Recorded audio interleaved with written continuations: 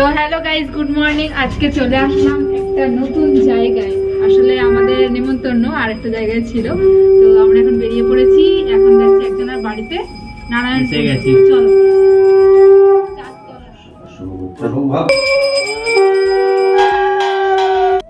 প্রথমেই জানাই বন্ধুরা, তোমাদের সকলকে রাধে রাধে।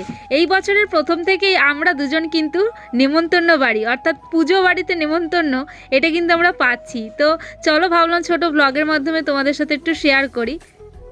সত্যনারায়ণ পুজো উপলক্ষে আমরা গিয়েছিলাম। এই দেখো, মামি, ভাই আর মাসি সবাইকে নিয়ে কিন্তু সেলফি তুলতে বসে পড়লাম। পুজোর শেষ হওয়ার পরেই ঠাকুরমশাইকে প্রণাম সেরেই চললাম একটু বাইরে, গিয়ে সবাই মিলে সময় কাটালাম। ঠাকুর সেই ফাঁকে তো খেয়ে নিল। তো তারপর এসে আমি আর মামা, দেখো মামা সিন্নি প্রসাদ মাখছে, আর আমি ওইদিকে ভাবলাম যে একটু হেল্প করে দিই। তাই যেহেতু আমার খুব ভালোই লাগে পুজোর কাজ, তাই আমি চাল কলা মাখতে বসে পড়লাম। মামা একটু ভিডিওতে তাকাও, বোঝাই যাবে না কে একটা মেখে বলবো। ভিডিওতে তাকাও, কাজে মত কি করে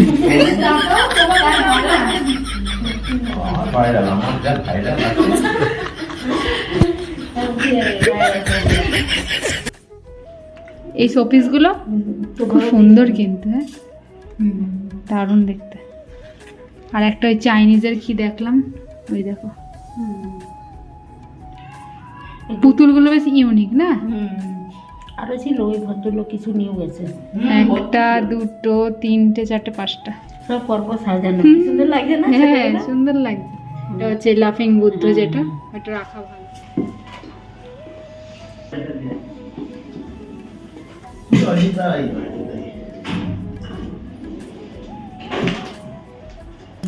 মাসি, কেমন হয়েছে প্রসাদ? আমি আর মামা মিলে রেডি করলাম। ভালো হয়েছে? খুব ভালো টেস্ট হয়েছে। কোনটা ভালো হয়েছে বেশি? সত্যিটা বলবে। না, দুটোই ভালো। সিন্নি আর চাল কলা। কোথায় গেছিল? প্রসাদ আনতে। প্রসাদ? তাই? প্রসাদ না, খাওয়ার দুপুরের খাওয়ার। একই জায়গায় যাবে। অনেক আছে এদিকে। হ্যাঁ, পুজো উপলক্ষে দুপুরের মেনুতে ছিল সাদা ভাত, ভেজ ডাল, পনির, এঁচোড়, এছাড়াও চাটনি, পাঁপড়, মিষ্টি। অসাধারণ রান্নাবান্না।